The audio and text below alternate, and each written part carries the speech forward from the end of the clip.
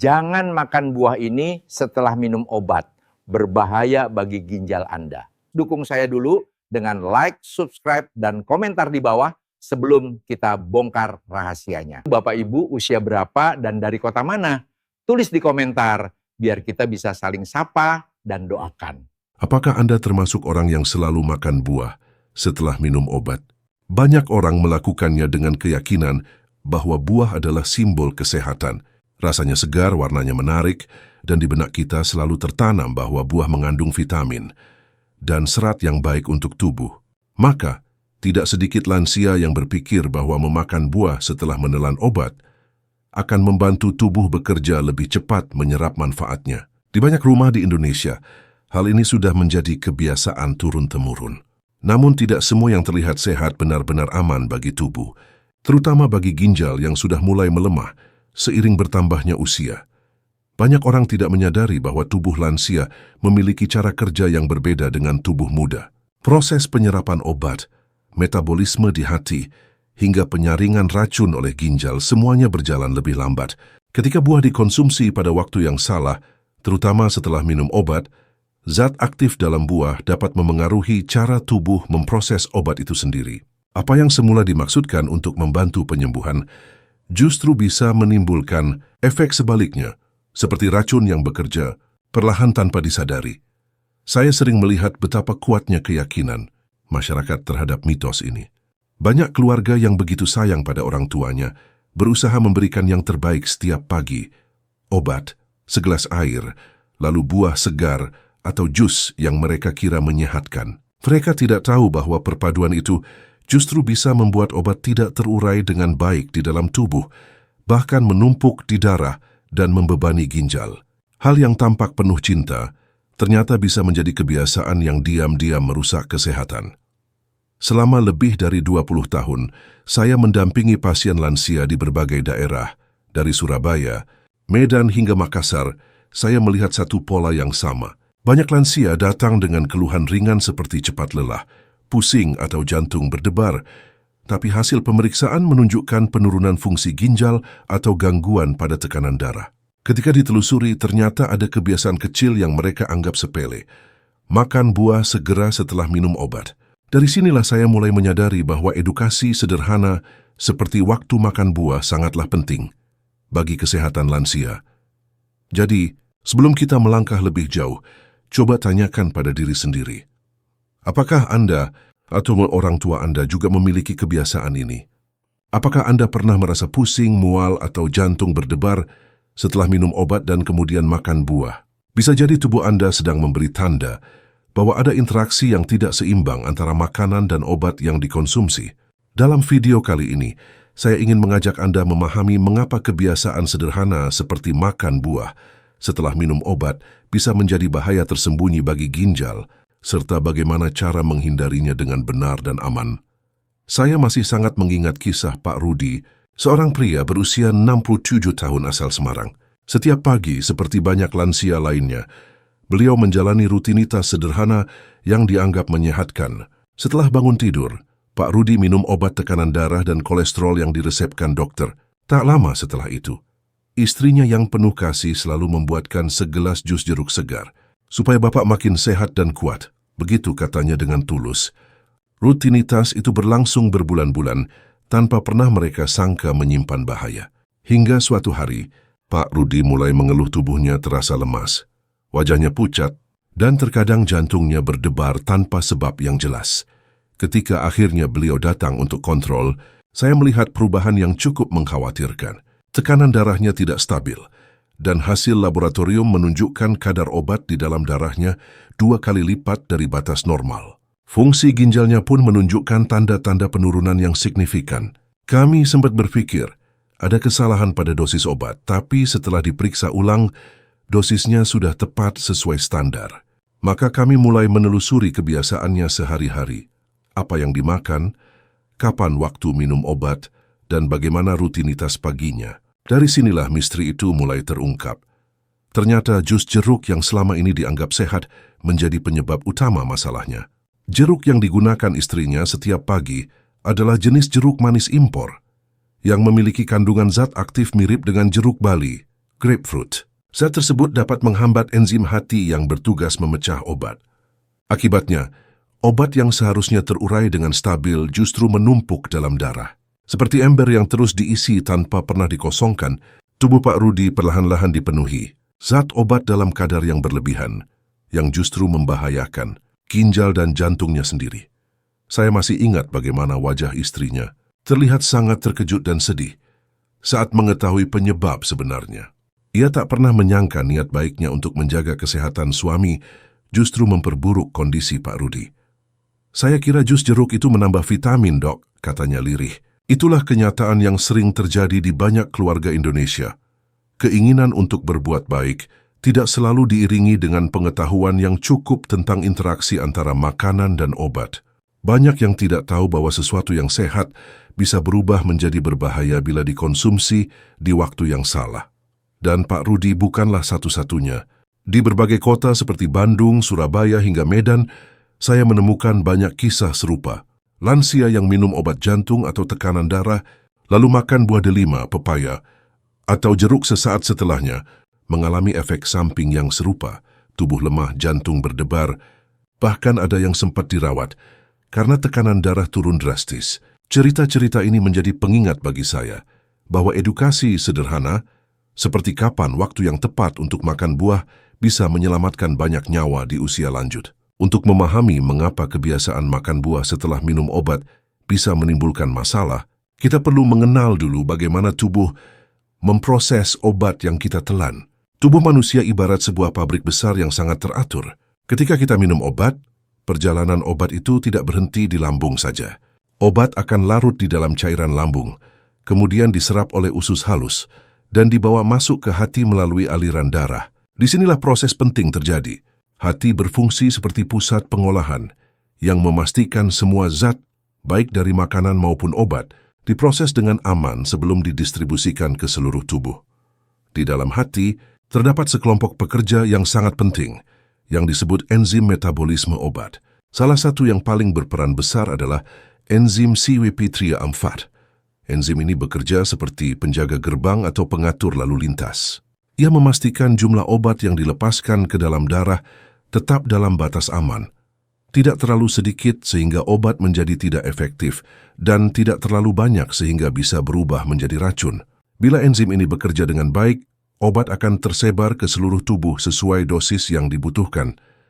Namun masalah muncul ketika kita mengonsumsi buah tertentu yang mengandung zat aktif kuat. Zat ini dapat mengganggu, bahkan menghambat kerja enzim hati yang seharusnya memecah obat. Ibarat penjaga gerbang yang tiba-tiba tertidur, maka obat yang seharusnya disaring dulu menjadi langsung mengalir ke dalam darah tanpa pengawasan. Akibatnya, kadar obat di dalam darah bisa meningkat tajam. Tubuh yang semula hanya memerlukan sedikit dosis, kini dipaksa menghadapi jumlah yang berlebihan. Dan seperti yang bisa kita duga, kondisi ini bukan membantu proses penyembuhan, justru menyebabkan efek samping berbahaya. Ketika kadar obat di dalam darah meningkat terlalu tinggi, ginjal harus bekerja lebih keras untuk membuang sisa obat yang tidak terpakai. Ginjal yang ibarat filter alami tubuh memiliki kapasitas terbatas. Jika terus dipaksa, sel-sel ginjal bisa mengalami kerusakan. Pada lansia, kondisi ini menjadi lebih berisiko karena kemampuan ginjal sudah tidak sekuat saat muda. Maka dari itu, interaksi kecil antara obat dan buah bisa menjadi bencana besar bagi kesehatan ginjal dalam jangka panjang. Yang membuat situasi ini semakin rumit adalah bahwa efek interaksi tersebut tidak selalu terasa langsung. Banyak orang yang merasa baik-baik saja di awal, tetapi setelah berminggu-minggu atau berbulan-bulan, barulah muncul gejala seperti lelah, mual, pusing, atau tekanan darah yang tidak stabil. Ini yang disebut dengan efek akumulatif. Ketika tubuh menyimpan kelebihan obat yang terus menumpuk karena proses pemecahannya terganggu. Akhirnya, hati dan ginjal yang seharusnya menjadi pelindung justru menjadi korban utama. Oleh karena itu, memahami cara tubuh bekerja adalah langkah pertama untuk menjaga kesehatan di usia lanjut. Obat dan buah memang sama-sama bermanfaat, tetapi keduanya harus diberi waktu kerja masing-masing. Ketika kita memberi jeda yang cukup antara minum obat dan makan buah, kita sebenarnya sedang membantu hati dan ginjal agar bisa bekerja dengan optimal. Ibarat dua pekerja di pabrik. Mereka tidak bisa bekerja di jalur yang sama pada waktu bersamaan tanpa menimbulkan kekacauan. Tubuh membutuhkan ritme yang seimbang, dan keseimbangan itulah kunci dari kesehatan yang berkelanjutan bagi para lansia. Penelitian dari Harvard Medical School tahun 2024 mengungkapkan fakta yang sangat penting. Mengonsumsi buah tertentu bersamaan atau segera setelah minum obat dapat meningkatkan kadar obat di dalam darah hingga 2 kali lipat. Artinya, obat yang seharusnya bekerja secara aman dengan dosis normal, tiba-tiba menjadi dosis berlebihan bagi tubuh. Kondisi ini disebut overmedikasi, dan efeknya tidak main-main. Obat yang semula membantu mengatur tekanan darah, kolesterol atau gula darah, justru berubah menjadi racun yang bisa membahayakan ginjal, jantung, bahkan otak. Hal ini menjadi lebih berisiko bagi lansia karena metabolisme mereka tidak secepat orang muda, sehingga tubuh butuh waktu lebih lama untuk menguraikan zat-zat aktif tersebut. Salah satu buah yang paling banyak menyebabkan interaksi berbahaya adalah grapefruit atau jeruk bali. Buah ini mengandung senyawa aktif bernama furanokumarin yang bekerja langsung menghambat aktivitas enzim CYP34 di hati. Enzim yang berfungsi mengendalikan jumlah obat yang masuk ke aliran darah. Ketika enzim ini terhambat, obat tidak bisa diurai dengan normal dan akhirnya menumpuk. Beberapa penelitian internasional menunjukkan bahwa hanya dengan segelas kecil jus grapefruit saja, kadar obat antihipertensi seperti amlodipin atau nifedipin bisa meningkat hingga 2 kali lipat. Akibatnya, pasien bisa mengalami tekanan darah yang turun secara tiba-tiba. Tubuh terasa sangat lemas, bahkan dalam kasus ekstrem bisa menyebabkan pingsan mendadak. Namun bukan hanya grapefruit yang berbahaya. Buah delima yang sering dianggap sebagai superfood ternyata juga perlu diwaspadai. Delima memang kaya antioksidan dan vitamin, tetapi di sisi lain, zat aktif di dalamnya dapat memperkuat efek obat pengencer darah seperti warfarin. Jika efek pengencer darah ini meningkat tanpa kontrol, darah menjadi terlalu encer. Hasilnya, seseorang bisa mengalami pendarahan spontan di hidung, gusi, saluran pencernaan, bahkan di dalam otak. Banyak pasien lansia tidak menyadari bahwa memakan beberapa butir delima setelah minum obat bisa menyebabkan tubuhnya rentan terhadap memar dan pendarahan internal yang sulit dihentikan. Selain delima, pepaya matang juga tidak kalah berisiko. Dalam pepaya terdapat enzim alami bernama papain yang memiliki sifat memperlambat pembekuan darah. Ketika dikombinasikan dengan obat pengencer darah, efeknya menjadi berlipat ganda. Saya pernah menangani seorang pasien lansia yang setiap malam rutin makan pepaya setelah makan malam. Padahal ia juga sedang mengonsumsi warfarin. Dalam beberapa minggu, pasien tersebut mengalami gusi berdarah, mudah memar, dan bahkan sempat dirawat karena anemia akibat pendarahan yang tidak disadari. Setelah dilakukan evaluasi, penyebabnya ternyata sederhana. Interaksi antara pepaya dan obat yang ia konsumsi setiap hari. Masalah lain muncul pada jeruk manis yang tampaknya aman bagi kebanyakan orang. Jeruk manis dapat mengubah keasaman di lambung dan memengaruhi penyerapan obat, terutama antibiotik atau obat lambung tertentu. Akibatnya efektivitas obat menurun. Banyak pasien yang mengira obatnya tidak mempan atau harus menambah dosis, padahal masalahnya bukan pada obat, melainkan pada kebiasaan makan jeruk bersamaan dengan konsumsi obat. Hal kecil ini bisa menyebabkan pengobatan berjalan lebih lama. Penyakit tidak kunjung sembuh, dan tubuh semakin terbebani oleh obat yang tidak bekerja sebagaimana mestinya. Bayangkan semua reaksi ini terjadi pada tubuh seorang lansia yang fungsi hatinya sudah menurun, ginjalnya tidak sekuat dulu, dan daya tahan tubuhnya menurun. Hanya karena satu kebiasaan sederhana, makan buah segera setelah minum obat, organ vital seperti ginjal, hati, dan jantung dipaksa bekerja lebih keras. Akibatnya bisa fatal dalam jangka panjang. Ginjal melemah, tekanan darah tidak stabil, atau bahkan terjadi keracunan obat. Karena itu, memahami interaksi antara obat dan buah bukan hanya penting bagi pasien, tetapi juga bagi keluarga yang merawat mereka. Kadang niat baik untuk memberi yang sehat bisa berubah menjadi bahaya yang diam-diam menggerogoti kesehatan lansia tanpa disadari. Lalu, apa yang sebaiknya dilakukan oleh para lansia? Apakah artinya mereka tidak boleh makan buah sama sekali setelah minum obat? Tentu tidak. Buah tetap memiliki manfaat luar biasa bagi kesehatan, kaya serat, vitamin, mineral, dan antioksidan yang membantu memperkuat daya tahan tubuh. Namun yang perlu dipahami adalah cara dan waktu konsumsinya. Sama seperti obat yang harus diminum sesuai dosis dan jam tertentu, buah pun perlu diatur waktunya, agar manfaatnya tidak berubah menjadi bahaya. Prinsipnya sederhana, bukan buahnya yang salah, melainkan waktunya yang keliru.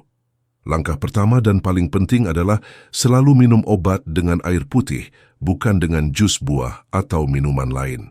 Air putih bersifat netral dan tidak mengandung zat aktif yang bisa mempengaruhi proses penyerapan obat di lambung dan usus. Sebaliknya, jus buah mengandung berbagai zat bioaktif, seperti flavonoid, enzim dan asam organik, yang bisa memperlambat atau bahkan mempercepat penyerapan obat. Efeknya bisa berbeda pada tiap orang, terutama pada lansia yang memiliki kondisi tubuh lebih sensitif. Dengan air putih, obat akan masuk ke tubuh dengan aman dan bekerja sesuai mekanismenya. Langkah kedua adalah beri jeda waktu minimal 2 jam antara minum obat dan makan buah. Mengapa 2 jam? Karena tubuh memerlukan waktu untuk menyerap obat sepenuhnya, mengirimnya ke aliran darah, dan memprosesnya di hati.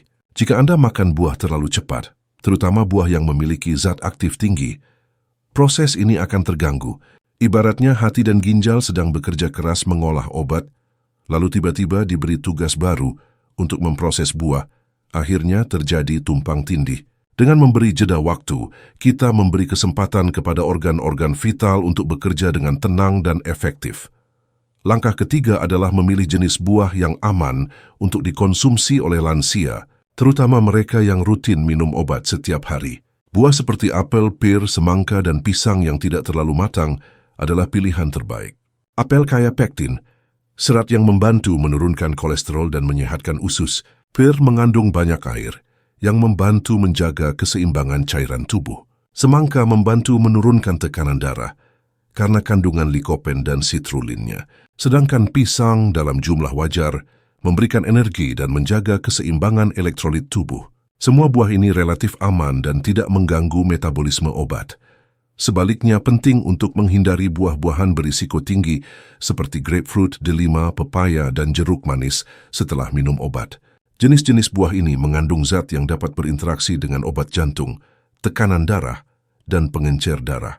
Jika Anda tetap ingin menikmati buah tersebut, pastikan untuk memberinya jeda waktu beberapa jam atau konsumsi di waktu lain, seperti sore hari setelah tubuh benar-benar memproses obat pagi hari. Ini cara sederhana tetapi sangat efektif untuk menjaga keseimbangan antara manfaat obat dan nutrisi dari buah. Terakhir, selalu ingat bahwa setiap tubuh lansia memiliki kondisi berbeda. Ada yang memiliki fungsi ginjal yang menurun. Ada pula yang mengalami gangguan hati ringan. Karena itu, konsultasikan dengan dokter atau apoteker Anda mengenai kombinasi makanan dan obat yang dikonsumsi sehari-hari. Jangan ragu untuk bertanya buah apa yang aman dimakan bersama obat Anda.